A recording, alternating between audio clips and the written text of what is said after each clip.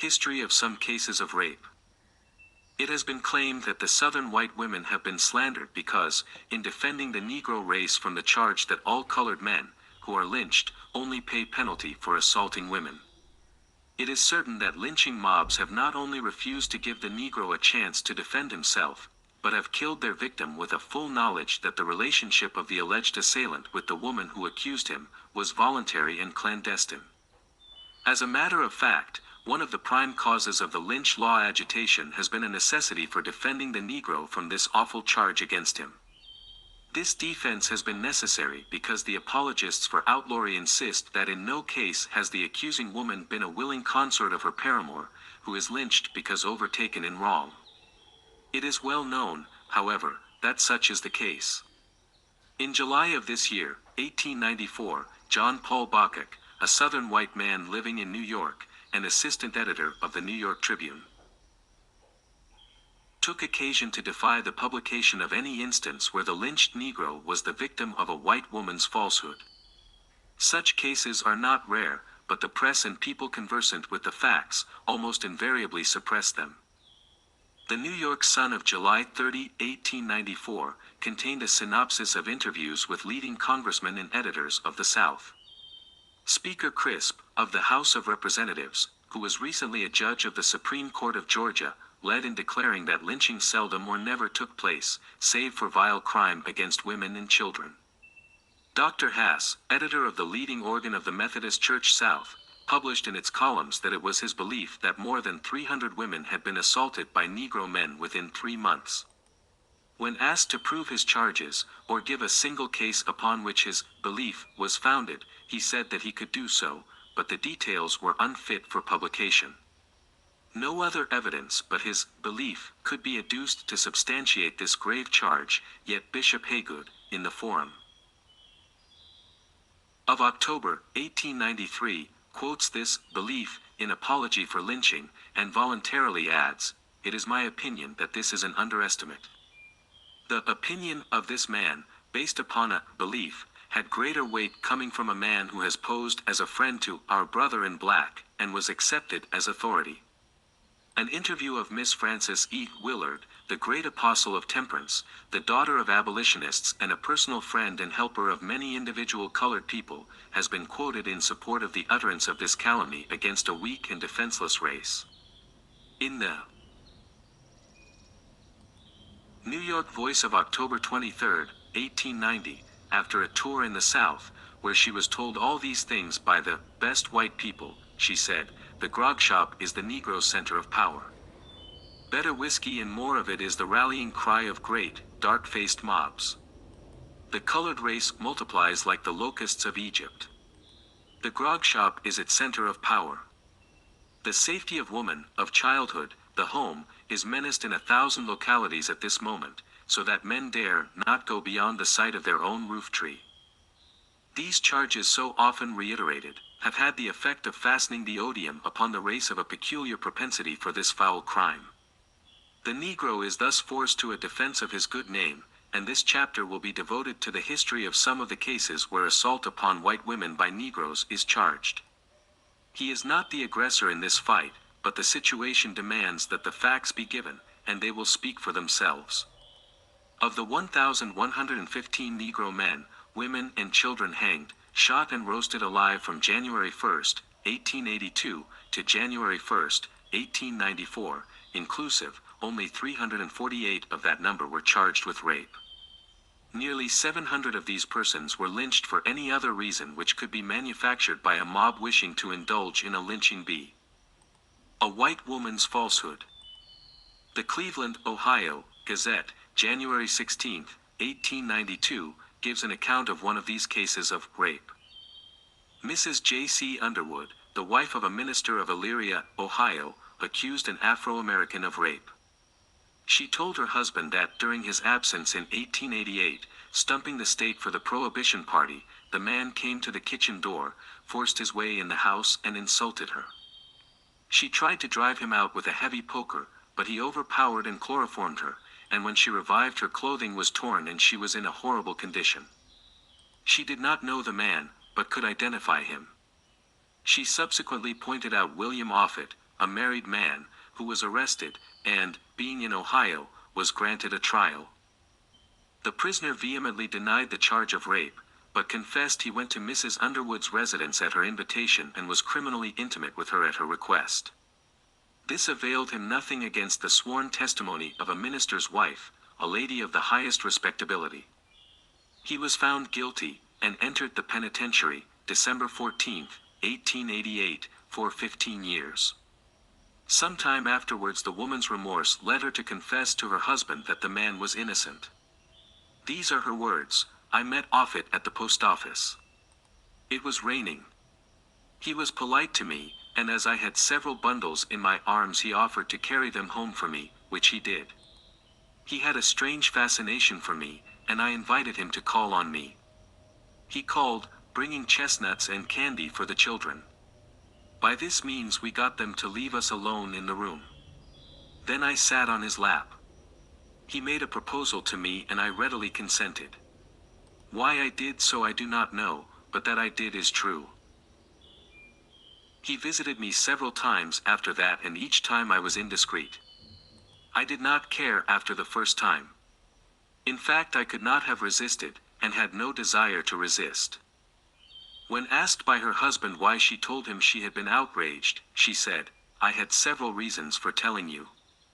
One was the neighbors saw the fellow here, another was, I was afraid I had contracted a loathsome disease, and still another was that I feared I might give birth to a Negro baby. I hoped to save my reputation by telling you a deliberate lie." Her husband, horrified by the confession, had Offutt, who had already served 4 years, released and secured a divorce. There have been many such cases throughout the South, with the difference that the Southern white men in insensate fury wreak their vengeance without intervention of law upon the Negro who consorts with their women. Tried to manufacture an outrage. The Memphis, Tennessee, Ledger, of June 8, 1892, has the following.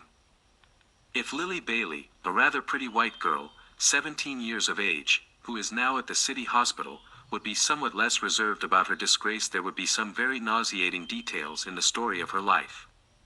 She is the mother of a little coon. The truth might reveal fearful depravity or the evidence of a rank outrage. She will not divulge the name of the man who has left such black evidence of her disgrace, and in fact says it is a matter in which there can be no interest to the outside world. She came to Memphis nearly 3 months ago, and was taken in at the Woman's Refuge in the southern part of the city. She remained there until a few weeks ago when the child was born. The ladies in charge of the refuge were horrified. The girl was at once sent to the city hospital, where she has been since May 30th. She is a country girl. She came to Memphis from her father's farm, a short distance from Hernando, Miss. Just when she left there she would not say. In fact, she says she came to Memphis from Arkansas, and says her home is in that state. She is rather good-looking, has blue eyes, a low forehead and dark red hair. The ladies at the Woman's Refuge do not know anything about the girl further than what they learned when she was an inmate of the institution, and she would not tell much. When the child was born, an attempt was made to get the girl to reveal the name of the Negro who had disgraced her. She obstinately refused, and it was impossible to elicit any information from her on the subject. Note the wording, "The truth might reveal fearful depravity or rank outrage." If it had been a white child, or if Lily Bailey had told a pitiful story of Negro outrage, it would have been a case of woman's weakness or assault, and she could have remained at the Woman's Refuge. But a Negro child, and to withhold its father's name and thus prevent the killing of another Negro rapist, was a case of fearful depravity. Had she revealed the father's name, he would have been lynched and his taking off charged to an assault upon a white woman. Burned alive for adultery. In Texarkana, Arkansas, Edward Coy was accused of assaulting a white woman. The press dispatches of February 18, 1892, told in detail how he was tied to a tree, the flesh cut from his body by men and boys, and after coal oil was poured over him, the woman he had assaulted gladly set fire to him, and 15,000 persons saw him burn to death. October 1st, the Chicago Inter-Ocean contained the following account of that horror from the pen of the bystander, Judge Albion W. Turgey, as the result of his investigations. 1. The woman who was paraded as victim of violence was of bad character. Her husband was a drunkard and a gambler. 2. She was publicly reported and generally known to have been criminally intimate with Coy for more than a year previous. 3. She was compelled by threats, if not by violence, to make the charge against the victim. 4. When she came to apply the match, Coy asked her if she would burn him after they had been sweethearting so long. 5. A large majority of the superior white men prominent in the affair are the reputed fathers of mulatto children. These are not pleasant facts, but they are illustrative of the vital phase of the so-called race question, which should properly be designated an earnest inquiry as to the best methods by which religion, science, law and political power may be employed to excuse injustice, barbarity and crime done to a people because of race and color. There can be no possible belief that these people were inspired by any consuming zeal to vindicate God's law against miscegenationists of the most practical sort. The woman was a willing partner in the victim's guilt, and being of the superior race must naturally have been more guilty. Not identified but lynched. February 11, 1893, there occurred in Shelby County, Tennessee, the fourth Negro lynching within 15 months. The 3 first were lynched in the city of Memphis for firing on white men in self-defense. This Negro, Richard Neal, was lynched a few miles from the city limits, and the following is taken from the Memphis, Tennessee, Scimitar. As the Scimitar stated on Saturday, the Negro, Richard Neal, who raped Mrs. Jack White near Forest Hill, in this county, was lynched by a mob of about 200 white citizens of the neighborhood. Sheriff McClendon, accompanied by deputies Perkins, App and Harvey and a Scimitar reporter, arrived on the scene of the execution about 3:30 in the afternoon. The body was suspended from the first limb of a post oak tree by a new 1/4-inch grass rope. A hangman's knot, evidently tied by an expert, fitted snugly under the left ear of the corpse, and a new hamstring pinioned the victim's arms behind him. His legs were not tied. The body was perfectly limber when the sheriff's posse cut it down and retained enough heat to warm the feet of Deputy Perkins, whose road cart was converted into a hearse. On arriving with the body at Forest Hill, the sheriff made a bargain with a stalwart young man with a blonde mustache and deep blue eyes, who told the Scimitar reporter that he was the leader of the mob, to haul the body to Germantown for $3. When within half a mile of Germantown, the sheriff and posse were overtaken by Squire McDonald of Collierville, who had come down to hold the inquest. The squire had his jury with him, and it was agreed for the convenience of all parties that he should proceed with the corpse to Germantown and conduct the inquiry as to the cause of death. He did so, and a verdict of death from hanging by parties unknown was returned in due form. The execution of Neal was done deliberately and by the best people of the Collierville, Germantown and Forest Hill neighborhoods, without passion or exhibition of anger. He was arrested on Friday about 10 o'clock, by Constable Bob Cash, who carried him before Mrs. White. She said, "I think he is the man. I am almost certain of it. If he isn't the man, he is exactly like him." The Negro's coat was torn also, and there were other circumstances against him. The committee returned and made its report, and the chairman put the question of guilt or innocence to a vote. All who thought the proof strong enough to warrant execution were invited to cross over to the other side of the road. Everybody but 4 or 5 Negroes crossed over. The committee then placed Neal on a mule with his arms tied behind him, and proceeded to the scene of the crime, followed by the mob. The rope, with a noose already prepared, was tied to the limb nearest the spot where the unpardonable sin was committed, and the doomed man's mule was brought to a standstill beneath it. Then Neal confessed. He said he was the right man, but denied that he used force or threats to accomplish his purpose. It was a matter of purchase, he claimed, and said the price paid was 25 cents. He warned the colored men present to beware of white women and resist temptation, for to yield to their blandishments or to the passions of men, meant death. While he was speaking, Mrs. White came from her home and, calling Constable Cash to one side, asked if he could not save the Negro's life. The reply was, "No, and Mrs. White returned to the house. When all was in readiness, the husband of Neil's victim leaped upon the mule's back and adjusted the rope around the Negro's neck. No cap was used, and Neil showed no fear, nor did he beg for mercy. The mule was struck with a whip and bounded out from under Neil, leaving him suspended in the air with his feet about 3 feet from the ground. Delivered to the mob by the governor of the state. John Peterson, near Denmark, South Carolina, was suspected of rape, but escaped, went to Columbia, and placed himself under Governor Tillman's protection, declaring he too could prove an alibi by white witnesses. A white reporter hearing his declaration volunteered to find these witnesses, and telegraphed the governor that he would be in Columbia with them on Monday. In the meantime, the mob at Denmark, learning Peterson's whereabouts, went to the governor and demanded the prisoner. Governor Tillman, who had during his canvass for re-election the year before, declared that he would lead a mob to lynch a Negro that assaulted a white woman, gave Peterson up to the mob. He was taken back to Denmark, and the white girl in the case as positively declared that he was not the man. But the verdict of the mob was that the crime had been committed and somebody had to hang for it, and if he, Peterson, was not guilty of that, he was of some other crime, and he was hung, and his body riddled with 1,000 bullets. Lynched as a warning. Alabama furnishes a case in point. A colored man named Daniel Edwards lived near Selma, Alabama, and worked for a family of a farmer near that place. This resulted in an intimacy between the young man and a daughter of the householder, which finally developed in the disgrace of the girl. After the birth of the child, the mother disclosed the fact that Edwards was its father. The relationship had been sustained for more than a year, and yet this colored man was apprehended, thrown into jail, from whence he was taken by a mob of 100 neighbors and hung to a tree and his body riddled with bullets.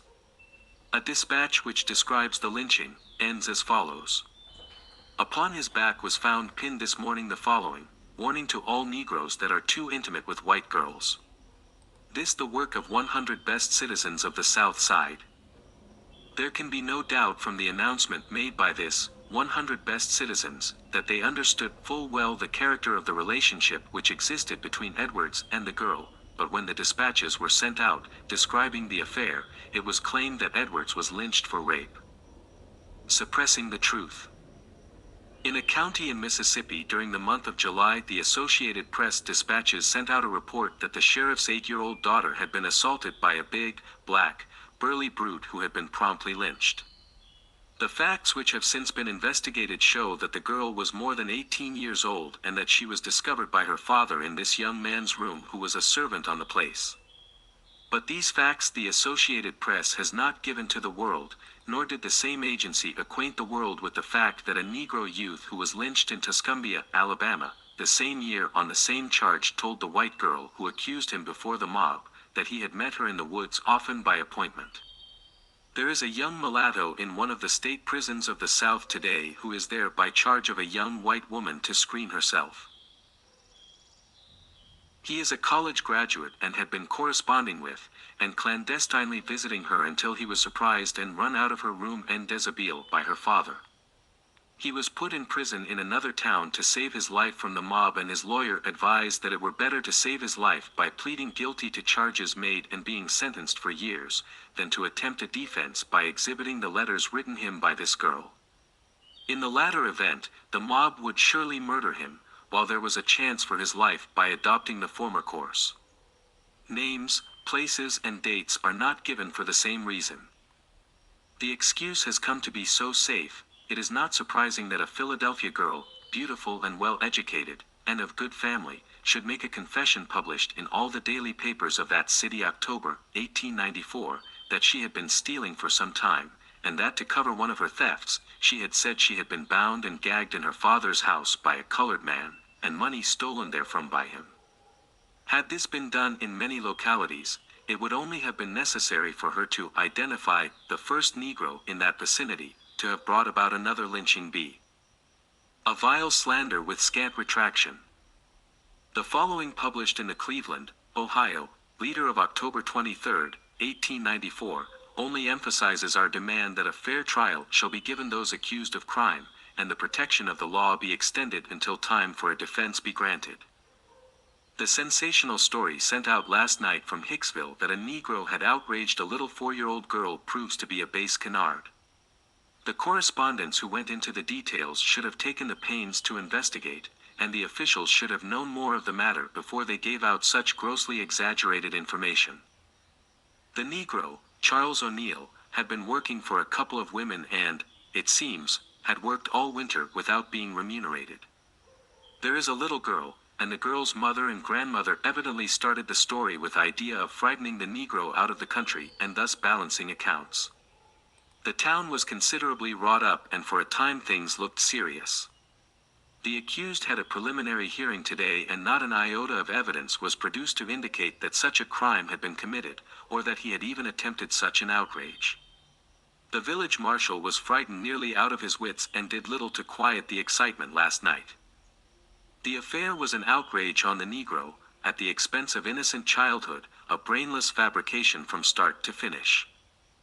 The original story was sent throughout this country and England, but the Cleveland Leader, so far as known, is the only journal which has published these facts in refutation of the slander so often published against the race.